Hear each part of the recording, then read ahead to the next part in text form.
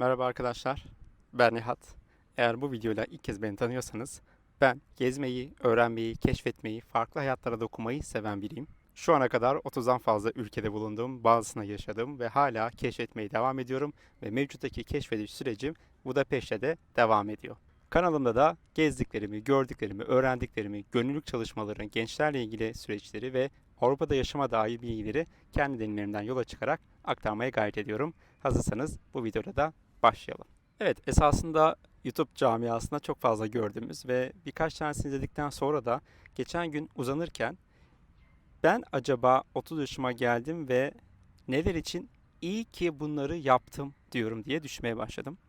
Ve bunu düşünürken aslında tabii ki geçmişten itibaren yaşadığınız süreçleri gözden geçiriyorsunuz. Birçok başlığa değiniyorsunuz. Birçok insanı gözünüzün önüne getiriyorsunuz. Kimlerle nasıl süreçlerden geçtiniz? Kimler size nelerde destek oldu? Kimlerin söylediği bir söz sizi nasıl etkiledi? Olumlu, olumsuz, artı, eksisiyle çok güzel bir süreçti benim için.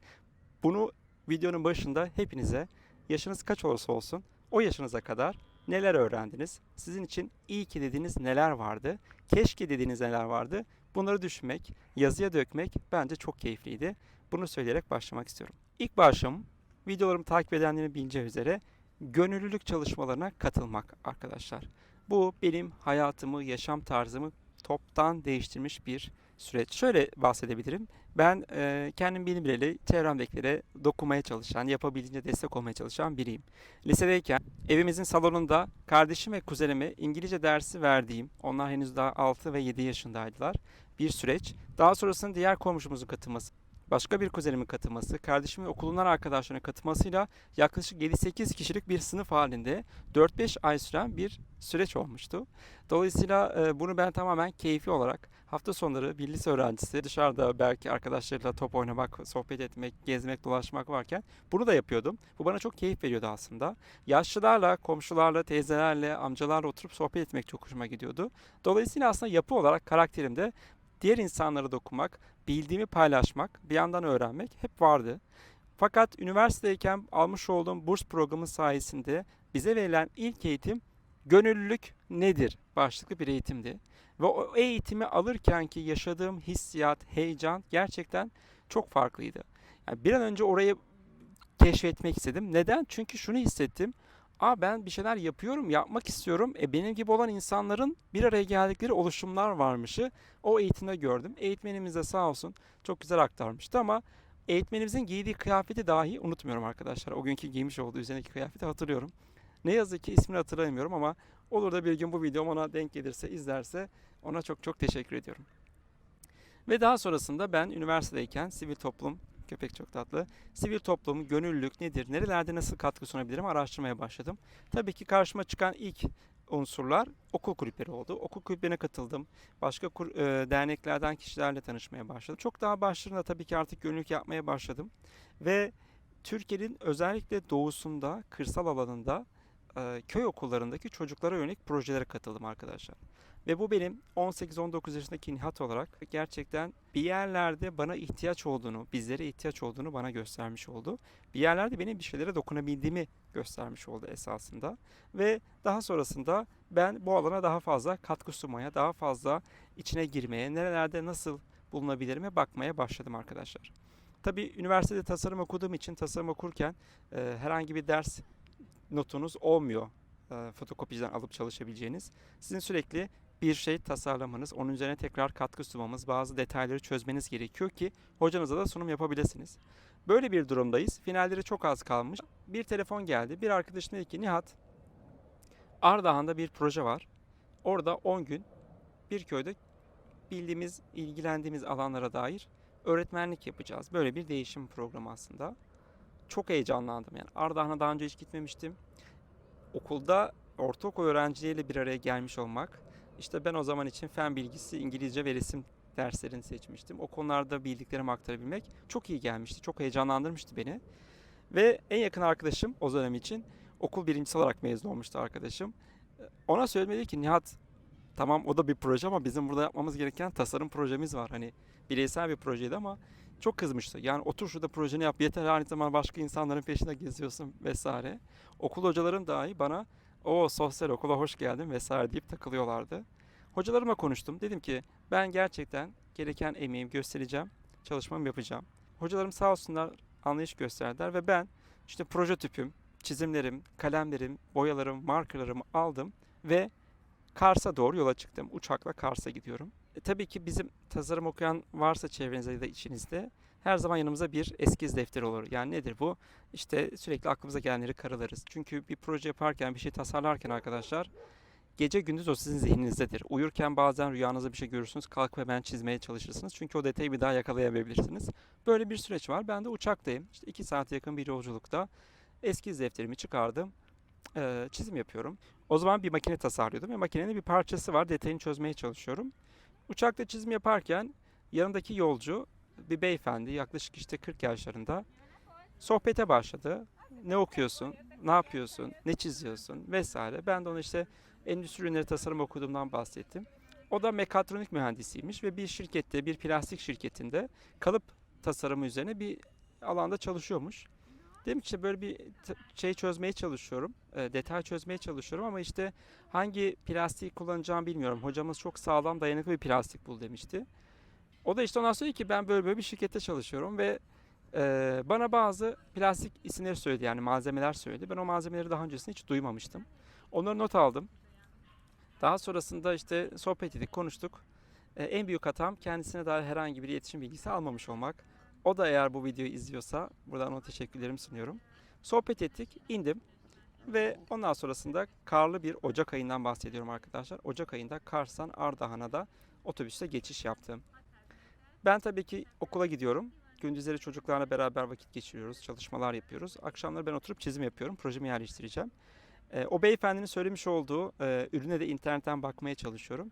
Ve ben gerçekten o uçaktaki sohbet, daha sonrasında yaptığım araştırmalarla detayı kendi zihnimde çözdüm. Çok hızlı bir iki gün içerisinde çözdüm. Ve onun rahatlığı vardı bende. Okulda da öğrencilerle bir araya geliyoruz, çalışmalar yapıyoruz. Ben fen bilgisi alanında ve resim alanında ders veriyorum, İngilizce dersleri veriyorum. Ve bir öğrencimizin de o dönemde fen bilgisi konusunda proje ödevi yapıyor, performans ödevi yapıyor. Performans ödevi de hücre. Hücrenin bir modellemesi, bir maketini yapmaya çalışıyor. Tasarımda okuduğum için işte orada maketler, mukavvalar, fon kartonlarıyla beraber o taraftan da çok güzel böyle her gün sınıflara girip dersler veriyorum ama o dersler bittikten sonra da okulda kalan öğrenciler hangi konuda desteğe ihtiyacı varsa bize gelip yardım alıyorlar. Ben de o öğrenciyle beraber okul sonrası bir saat vesaire kalıp fen bilgisi performans ödevini yapıyoruz. Zaman zaman bana şey diyordu. Benim de abim var. Benim abim de üniversite okuyor. Benim abim işte diyetetik okuyor. Samsun'da okuyor vesaire böyle her gün parça parça abisiyle ilgili bilgiler aktarıyordu bana. Ben de ona soru soruyordum. Hatta abisi sömestr tatiline girmişti. O sırada Ardahan'daydı. Ve 10 gün bitti arkadaşlar. 10 gün sonunda tabii ki artı olarak baktığımız zaman ben farklı okuldan, farklı şehirden gelen diğer gönüllü arkadaşlarla tanışmış oldum. Psikolojiden sosyolojiye, başka tasarım bölümünde okuyan arkadaşlar vardı vesaire. Bu çok büyük bir zenginlik, bu ayrı. Ardahan'ı tanıdım. Gerçekten kardan dolayı köy okulunun yolu kapandı. 2 gün gidemedik. Bunu ben televizyonda görüyordum. Gerçekte bununla yüzleşmiş oldum. Böyle bir soğuk kez görmüş oldum. Biraz okulun çevresinden bahsedeyim size hatta. Okulun etrafında bir hani okul duvarının olmadığı, okul bahçesine yakın evlerdeki hayvanların okula geldiği. Hatta hiç unutmuyorum. Bir gün teneffüsteyiz yine. Okulda tabii Ardahan olduğu için kazlar var, işte tavuklar var, horozlar var. Bir öğrenci yanımıza gelip böyle 4. ya da 5. sınıf öğrencisiydi sanıyorum. Hocam bakın bunlar benim tavuklarımdır diyerek böyle göstermişti. Çünkü okula yakın evde o oturuyordu. Böyle bir ortam yani teneffüste çocukların dışarı çıkıp kendi tavuğunu gördüğü, onları dokunduğu, onlarla oyun oynadığı böyle bir ortamdayız. Ya da evine gidip gelebildiği. Çok düzgün yapılı değil, çamur bir ortam, hava soğuk. Böyle çok şartları iyi bir yer değil açıkçası. Dolayısıyla her şey çok yeniydi benim için. Çıldır Gölü'nü ilk kez görmüş olmam, oradaki yetişen balığın adını hatırlamıyorum, balığı yemiş olmam. İlk kez kayağımı ben yine orada yaptım. Yani okulda etkinlikler yapıyorduk ama etkinlik sonrasında tabii ki gönüllüler için bir yandan bize de motive etmek için çok güzel etkinlikler planlıyorlardı. Sağ olsun oradaki Ardahan Üniversitesi ile beraber bu süreci yapmıştık. Ve böyle bir taraf var.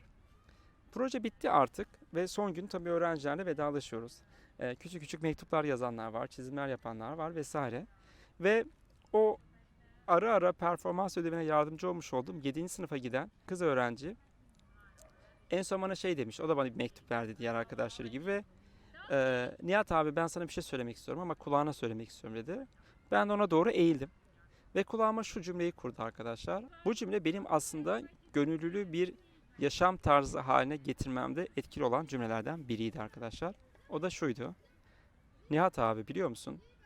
Ben seni abimden daha çok sevdim. Bunu gönüllülükle ilgili yaptığım eğitimlerde çok sık anlatıyorum. İlk kez bunu bu şekilde kamuya açıyorum aslında. Ve şunu düşündürdü. Ben 19 yaşında bir Nihat olarak oraya gelmeden önce acaba ben eğitim verebilecek miyim? Acaba o gençlere aktarım yapabilecek miyim? Acaba ben gerçekten İngilizce o kadar biliyor muyum? Acaba ben resim o kadar aktarabilir miyim? Acaba diğer gönüllülerle anlaşabilir miyim? Acaba projemi yetiştirebilir miyim? Acaba tasarım yapmam lazım, sıkıntı olur mu? Acaba okulumu uzatır mıyım? Acaba Ardahan nasıl bir yer? Acaba kışın hasta olur muyum? Döndüğüm zaman yataklarda yatar mıyım? Gibi soru işaretleri ile gittiğim bu yolculukta çok muhteşem. Yani 10 gündü belki ama 10 gün inanın bana böyle bir yıllık deneyim katmış oldu. Hem vizyon olarak, hem bakış açısı olarak, hem Nihat olarak aslında kendime bakışım olarak. Çünkü ne olmuş oldu? Bir, ben orada 10 günü çok verimli geçirdim. Öğrencilerden çok güzel geri bildirimler aldım. Diğer arkadaşlardan çok güzel dönüşler aldım. Ve onun dışında da en önemlisi oraya gitme amacım gençlere bir şekilde katkıda bulunmaktı ve 7. sınıfa giden bir öğrenciden benimle aynı yaşta olan 19 yaşındaki, 20 yaşındaki bir abisini kıyaslayıp beni kendi zihninde onun önüne geçirebilmiştim. Bu aslında gerçekten çok, bunu her söylediğim zaman çok etkileniyorum. Çünkü bana kalırsa ben sadece orada okul çıkışında bir saat kendisiyle beraber ödevine yardımcı olan bir abiydim gerçekten. Ama işte şunu düşündürdü. Demek ki ne kadar işte ödevin var mı diye sorulmadıysa, ilgilenilmediyse, beraber bu şekilde kaliteli belki vakit geçirilmediyse, destek alamadıysa, işte bu şekilde destek almış olduğu, 3-5 saat ayırmış olduğu bir kişiyi abisiyle kıyaslayıp, her gün bana abisinden bahsederken, beni onun daha önüne koyabildi. İşte bu da Nihat olarak 19 yaşındaki bir genç olarak daha doğrusu, sizin kendinize olan özgüveninizi, ben de bir şeyleri yapabilirim, yapabiliyorum, başkalarına katkı sunulabiliyorum ve bunları yaparken ben de çok şey alabiliyorumu hissettirmiş oldu arkadaşlar. Bunu çok fazla uzattım gerçekten ama oldukça önemli olduğunu düşünüyorum. Dolayısıyla bunun gibi birkaç tane daha anım var. Benim gönüllüye daha fazla ilgi göstermemi, daha fazla katılmamı ve bunu dediğim gibi ilerleyen süreçte bir yaşam tarzı haline getirmemi ve aynı zamanda da bütün kariyerimi de bu yönde şekillendirmemi sağladı arkadaşlar. Tabii oradan döndüm. Ondan sonrasında çok daha farklı projelerde görev aldım. Üniversitede kendi kulübümü kurdum. Kendi kulübümle beraber arkadaşlarla çok güzel projeler yaptık. Buradan beni izleyen arkadaşların hepsine, o arkadaşlar kendilerini çok iyi biliyorlar. Hala en yakın arkadaş gruplarımdan biri onlar. 10 yıldan fazla oldu. Bu arkadaşlarla beraber bizler projeler yaptık, projeler yürüttük. Türkiye'nin en büyük sivil toplum kuruluşlarından bir tanesinden bir gün bir çağrı aldık. Üniversite kulüpleri proje yazacaklar ve projeleri beğenilirse de bu sivil toplum kuruluşu projeleri destekleyecek. O zamanlar ben birkaç tane dernekten gönüllülük yaptığım için proje yazmaya dair eğitim de almıştım. Ve arkadaşlar dedik ki arkadaşlar bakın gelin bir proje yapalım. Ben proje yazmayı az çok biliyorum. Diğer arkadaşlarımız fen edebiyattan arkadaşlar vardı, mimarlıktan arkadaşlar vardı. Hepimiz çok güzel karmayız. Sanat desen var. Sizde eğitim fakültesi olduğu için çocuklardan, eğitimden, gençlerden çok daha yani o yöntemleri daha iyi biliyorsunuz. Gelin biz sanat yoluyla bir eğitimi birleştirelim ve çalışma yapalım.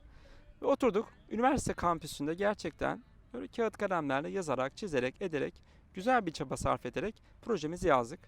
Ve projemiz arkadaşlar 2015 yılından bahsediyorum. 2015 yılında 25.000 TL'lik hibeyi almaya hak kazanan projelerden biri oldu. Yani 25.000 TL'yi şöyle özetleyebilirim. O zaman ben burs aldığım vakıftan sanıyorum ki 125 TL aylık burs alıyordum. Yani 125 TL aylık burs var, 25.000 TL var ve karşımızda da 21 yaşında sanıyorum bir Nihat var. Projenin koordinatörlüğünü yapacak. Ve diğerleri kim? Ekip kim? Nihat'ın yaşı, akranları olan diğer kişiler. Hepimiz farklı bölümlerdeniz ve projemiz şöyle bir projeydi ki sanat yoluyla bağımlılıkla ilgili bir çalışma yapacağız. Ortaokul öğrencilerine yapıyoruz bunu ve Türkiye'nin 7 bölgesinden 7 şehir seçtik ve hepsini geziyoruz yaklaşık böyle 2 ay içerisinde. Ondan öncesinde milli eğitimlerle mesela mailleşmeye başladık, okulları seçtik. Hangi okulu bize öneriyorsunuz? O okuldan sonrasında müdürlerle iletişime geçtik, tarihlerimizi aktardık, ne yapmak istediklerimizi söyledik vesaire ve karşındaki muhatap kişisi üniversiteli gençler. O zaman için baktığım zaman ben üniversiteli genç olarak kendimi görmüyordum. biz bu işe inanmış, biz bu işi yapacağız diyen böyle çok cengaver bir Nihat olarak görüyordum aslında kendimi ve sadece ben de değil, ekibim de tamamen bu şekildeydi. Ve biz bu şekilde gayet bana göre o zaman için boyumuzun üzerinde ama demek ki boyumuzun üzerinde olmayan bir iş yapıyorduk. Ve burada bir özel teşekkürü de o zaman için rektör yardımcımız olan hocamıza ediyorum. Çünkü hocamız bize çok inandı, güvendi ve normalde arkadaşlar, akademisyenler çok daha iyi bilirler. O zaman biz arka tarafta ne kadar sıkıntılı süreçler olduğunu bilmiyorduk tabii ki bu tür devlet kurumlarında.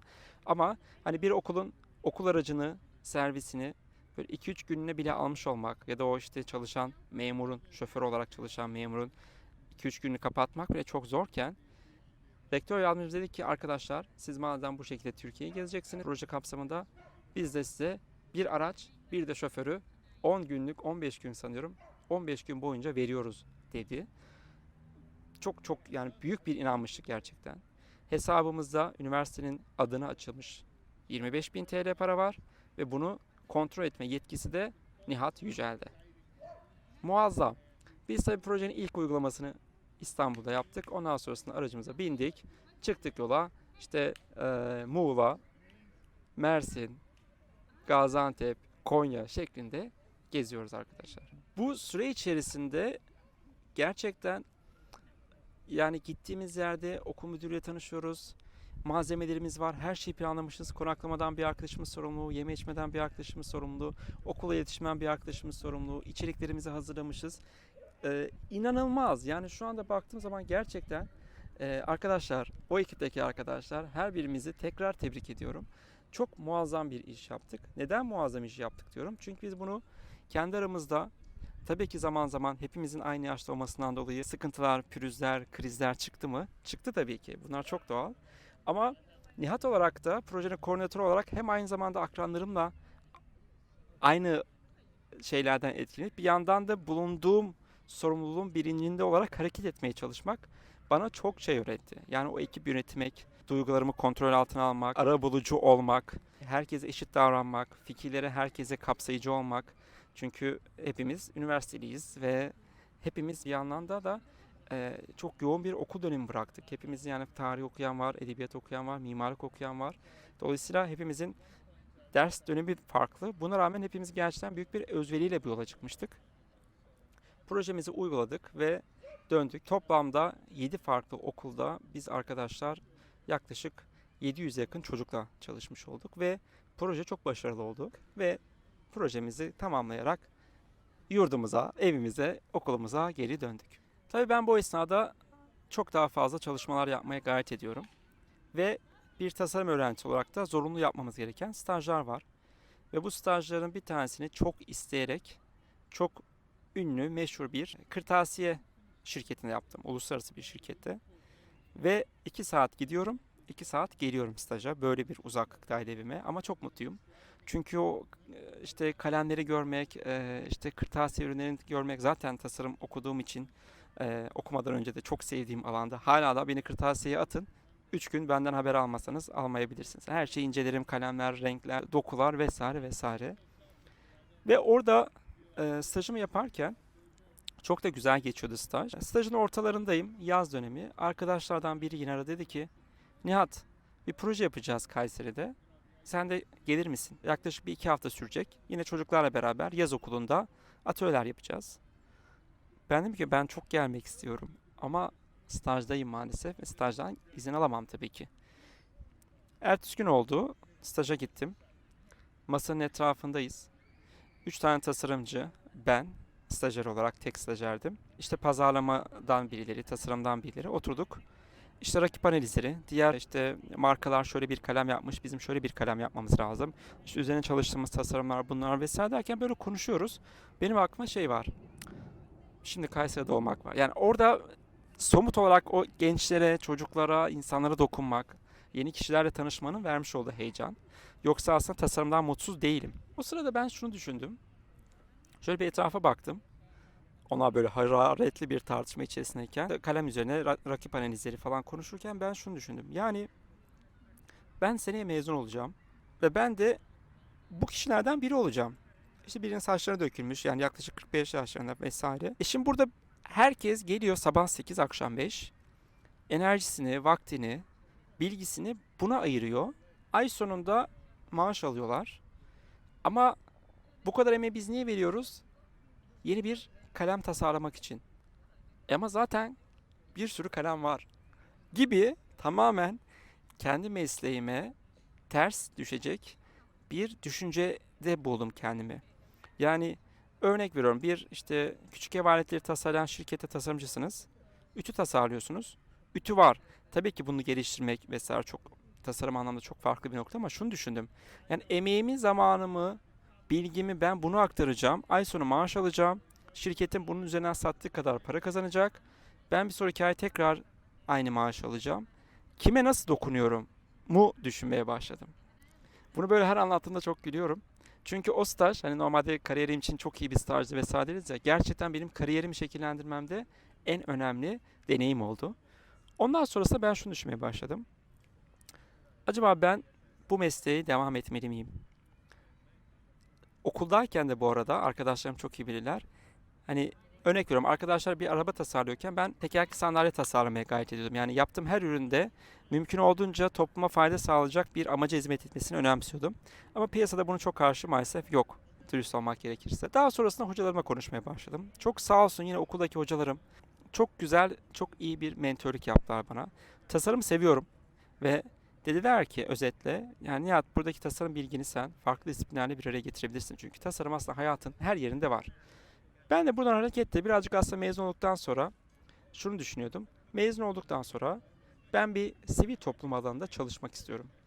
Yani nasılmış görmek istiyorum. Çünkü gönüllülük oluyoruz, evet, gönüllülük farklı ama çalışan olarak, profesyonel olarak orada olmak daha farklıdır.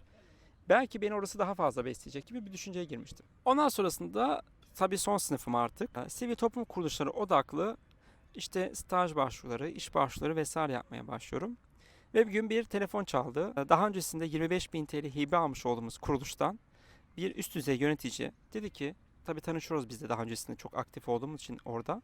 Dedi ki, Nihat, bir gün bir ofise gelir misiniz? Sizle konuşmak istiyoruz. Gittik. Dediler ki, arkadaşlar sizin yaptığınız proje zaten çok iyiydi. Bunu hepimiz kabul ediyoruz. Ve proje yaptığımız illerdeki milli eğitimlerden bizlere mailler geliyor. Diyorlar ki bu proje çok güzeldi. Bunu biz diğer okullarımızda yapmak istiyoruz. Ama tabii proje kapsamında oldu ve bitti. Projenin bütçesi de bu şekildeydi. Dolayısıyla biz sizden bu konuda tekrar bir destek istiyoruz. Nasıl yapalım bunu? Ben de dedim ki 3 arkadaş gitmiştik. Bazılarımız mezun oldu. Mezun olan bazı arkadaşlarımız başka şehre yerleşti. Bazılarımız nişanlandı. Dolayısıyla da öyle bir ekibimiz yok. Ama ben 2-3 ay sonrasında mezun olacağım. Ve sivil toplum alanında çalışmak istiyorum. Evet, tasarım mezunu olacağım ama bu alanda çalışmak istiyorum. Ve bu projede bizim üniversitedeyken o amatör ruhla gerçekleştiğimiz bir proje olduğu için ben bu proje kapsamında çalışmak isterim. Onlar dediler ki, aa, çok güzelmiş, biz bunu bir düşünelim. Ve bana çok kısa bir süre sonrasında dönüş yaptılar. Dediler ki, Nihat, biz okeyiz. Senin mezuniyetini bekleyeceğiz. 2,5 ay kadar kalmıştı. 2,5 ay sonrasında sen buraya bu projenin koordinatör olarak ve gençlik çalışanı olarak başlayabilirsin. Dolayısıyla ben aslında üniversiteden cuma günü mezun oldum, kepimi attım. Pazartesi günü de işbaşı yapmış oldum. Böyle hızlı bir geçiş oldu. Hatta ilk başlarda, aylarda çok anlayamamıştım o geçiş. Çünkü ben hala kendi projemi geliştiriyor gibiydim. Çok severek o kurumda 2 yıl Türkiye'nin neredeyse her şehrinde üniversite kulüpleriyle beraber o proje başta olmak üzere birçok proje yürüttüm. Ha, şunu söyleyebilirim. O proje en son ne oldu arkadaşlar? O proje şu anda ben en son ayrılırken Türkiye'nin 81 ilinde, İstanbul'un 39 ilçesine uyguladım. Arkadaşlarla, gönüllülerle beraber elbette. Daha sonrasında Türkiye'nin 81 ili için uygulamaya başladığı anda ben farklı sebeplerden dolayı kurumdaki profesyonel iş hayatıma son vermiş oldum. Peki şu anda ne oluyor? 2015 yılında bir üniversite öğrenci topluluğu olarak başlamış olduğumuz bu proje şu anda tüm Türkiye'de, hatta uluslararası bir STK olduğu için diğer birçok ülkede hala en çok uygulanan ve şu ana kadar sanıyorum ki yani yüz binlerce çocuğa ulaşmış bir proje oldu arkadaşlar. Projeyi hala sosyal medyada görüyorum. İşte şu proje şu okulda, bu okulda vesaire. Her gördüğümde çok büyük bir mutluluk diyorum. Çünkü o 10 kişilik proje ekibimizdeki tüm arkadaşlarımızın hala oradan güzellikler, iyilikler, dualar aldığına inanıyorum arkadaşlar. Sivil toplumun bence en güzel yanı da bu zaten. Yapmış olduğumuz çalışmaların bir yerlerde birilerine dokunuyor olması. Ve ben de bu şekilde arkadaşlar sivil topluma baktım ki ben çok seviyorum bu alanı. Ben bu alanda ilerlemek istiyorum. Yüksek lisansımı Marmara Üniversitesi'nde sivil toplum alanında yaptım. Ve 2017 yılından itibaren de aktif olarak bu alanda çok farklı hedef gruplara yönelik hem Türkiye'de hem yabancı ülkelerde projeler yürüttüm ve yürütmeye devam ediyorum. Bu benim aslında gönüllülüğün kariyerimi nasıl şekillendirdiği, hala daha nasıl şekillendirmeye devam ettiği ve bu süreçte de yaşamış olduğum aynı o 7. sınıf öğrencisindeki örnek gibi çok fazla örnek var. Onların hepsinin hayatıma getirmiş oldukları güzellikler arkadaşlar. Şu anda da bu alanda çalışmaya devam ediyorum. Bildiklerimi, öğrendiklerimi paylaşmaktan çok keyif alıyorum. Hala daha bilmeye, öğrenmeye gayret ediyorum. Bunun hiçbir zaman sonu yok. Hayatta hep şuna inanıyorum ben. Şu anda ben bir parktayım, buradayım. Yarım az sonra birisi gelebilir, sohbet edebiliriz. Ama ya da şu anda tam karşımda bir köpek duruyor ve köpek bir toprağa çok farklı şekilde eşeliyor. Köpeğin toprağa eşeleme tarzını görmekten bile bir kazanım elde edebiliyorum. Yani hepimiz için geçerli bu. Şunu söylemek istiyorum en son. Hayatta hepimiz belli başlı süreçlerden geçiyoruz. Deneyimlerden geçiyoruz. Ve bazı şeyleri yaşarken çok farkında olmadan yaşıyoruz. Ve daha sonrasında bunun kıymetini anlıyoruz. Yani ben oradaki uçağa binme fikrim ve daha sonrasında işte mühendis beyefendiyle tanışma, onun orada bana fikir vermesi. Bu arada merak edenler için o plastik malzemeyle ben projemi tamamladım. Hocam da malzemeyi çok daha yeni olduğu için duymamıştı ve çok beğendi. Hani yeni bir şey bulduğum için. Ve projeme çok büyük bir artısı oldu. Dolayısıyla orada tanışmış olduğum arkadaşlar, orada akşamları yapmış olduğum sohbette psikolojiden bir şey bahsetmişti. Aha, psikolojiyle tasarım arasında böyle bir şey yapılabilirin ilk tomurcuklarının bende çıkmaya başlaması. Ardahan'ı keşfetmiş olmam, kendimin bir şeyler yapabildiğini görmüş olmamla başlayan bu süreç, daha sonra işte proje de yapabilirim ben. Ekiple yönetebiliriz. Sadece İstanbul'da değil, bulunduğumuz okulda değil, Türkiye'nin başka şehirlerine de girebiliriz. Uluslararası projeler de yapabiliriz'e kadar ilerlemiş oldu aslında. Bunlar nasıl oldu? Sadece bunu ben her zaman tavsiye ediyorum ve o zamanki Türkiye ile şimdiki Türkiye arasında çok fark var. İmkanlar farklı. Dünya olarak baktığım zaman çok daha globalleştik. Yapay zeka diye bir kavram hayatımıza girdi, uygulamalar girdi vesaire. Gerçekten artık hepimiz dünya vatandaşı gibi yaşıyoruz ama dünya vatandaşı mıyız? Bu soru işareti. Dünyadan haberdarız ama dünya vatandaşı mıyız? Büyük bir soru işareti. Bence henüz değiliz. Ama şunları söylemek istiyorum.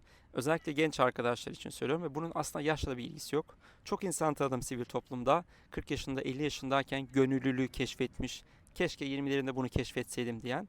Dolayısıyla bu videomun sonunda eğer şimdiye kadar hiç gönüllülük yapmadıysanız ben herkesin en az 1, 2, 3 kez gönüllülük deneyimlemesi gerektiğine inanıyorum arkadaşlar. Belki tamamen size göre ve çok geç kaldınız ya da biraz geç kaldınız. Ya da kesinlikle size göre değil ve diyeceksiniz ki yok ben denedim ve bu bana göre değil. Yani deneyin lütfen arkadaşlar. Bir bunu söyleyeceğim. İkincisi de bütün bu saydıklarımdan yola çıkarak bir yaşarken bazı şeylerin farkına varmak, olduğumuz ortamda gerçekten olmak çok önemli. Yani bunu zaman zaman ben de yapmaya çalışıyorum. Hani şu an buraya geldim kitap okuyacaksam gerçekten kitap okumak ya da buraya geldim sadece etrafı gözlemlemek için. Şu an birazcık böyle 4-5 metre ileri ötemde bir arkadaş grubu toplandı. Yaşları 40 yaşların üzerinde. Hepsi erkek. Parça parça geliyor hepsi. Yani okul mezuniyeti midir nedir bilmiyorum ama gözlemlemek hoşuma gidiyor. Çünkü şu an ben parktayım. Burayı gözlemlemek, kendimi dinlemek için geldim. Köpekler var etrafımda koşturuyorlar. Onlara bakıyorum. Bir tane kadın şu anda meditasyon yapıyor. Nasıl yaptığını gözlemlemeye çalışıyorum. Buradayım, oturuyorum. Parka gelirken sizinle böyle bir video çekmek hafif aklımdaydı ama tam emin değildim. Onu çekiyorum. Yani aslında hayat her zaman keşfetmeyle, öğrenmeyle, paylaşmayla güzel. Ben buna çok inanıyorum. Mevcut yaşadığımız koşullarda öğrenmek zor olabilir. Bizleri meşgul eden unsurlar çok daha fazla olabilir. Bunları yapmak için tabii ki çok daha zinde bir zihne sahip olmak lazım ama zihnimiz çok farklı şeyler de olabiliyor. Zihnimizi boşaltmak için bazı şeyler bulmamız gerekebilir. Gibi gibi. Toparlaması zor. Bu konuları konuşmak için ben böyle hani bir saat daha konuşabilirim gerçekten. Onun için de böyle filtreleme yaparak konuşmaya çalışıyorum. Hayat güzel. Hayat paylaştıkça güzel. Çok doğru. Ve bizler şuna inanıyorum ki hayatta yani işte 30 yaşındayım. En iyi her şey çok iyi giderse belki 50 yıl 60 yıl daha yaşayacağım. Bilmiyorum yani. Hepimiz için bu geçerli. Kimse ben 150 yaşına kadar yaşayacağım diyemez. Onun için de hepimizin gideceği son, gideceği yer de belli olduğunu düşünüyorum ben. Bu yaşamı da sürerken mümkün olduğunca işte bir şeyler öğreniyoruz, duyuyoruz, keşfediyoruz. Bunları da başkalarıyla paylaşmamız gerekir diye düşünüyorum ben. Çünkü şimdiye kadar gözlemlediğim kadarıyla çevremde bu şekilde yaşamış kişilere baktığım zaman hepsinin arkasından başkalarına kattıkları değerler, artılar, bilgiler, öğütler, nasihatler, tecrübeler hep bunlarla anılıyorlar. Dolayısıyla ben de bunlardan biri olmak istiyorum. Bütün bu yaptığım gönüllü çalışmalar içinde de bu YouTube kanalındaki paylaşımlarımda da aslında bunu önceliklendiriyorum. Dolayısıyla merak ettikleriniz, sormak istedikleriniz, öğrenmek istedikleriniz ne varsa her zaman veya paylaşmak istedikleriniz. Bu kanal evet şu anda ben daha çok bu kanaldayım ama önümüzdeki günlerde farklı başlıklarda ben de bir şeyler söylemek istiyorum diyen arkadaşlar benim genel olarak konseptimle bağlantılı olacak şekilde kanalımda sizlerle paylaşabilirsiniz. Tanışmamıza gerek yok arkadaşlar. Hepimizin farklı paylaşabileceği konular var. Hepimizin birbirimize ilham olacağı konular var ve şu anda gerçekten hepimizin birbirimize ilham olması gereken önemli bir dönemden geçiyoruz. Ben buna inanıyorum. Hepimizin birbirimize umut olması gereken dönemden geçiyoruz. Hepimizin birbirini farklı noktalarda maddi manevi belki kolaylaştıracağı dönemlerden geçiyoruz.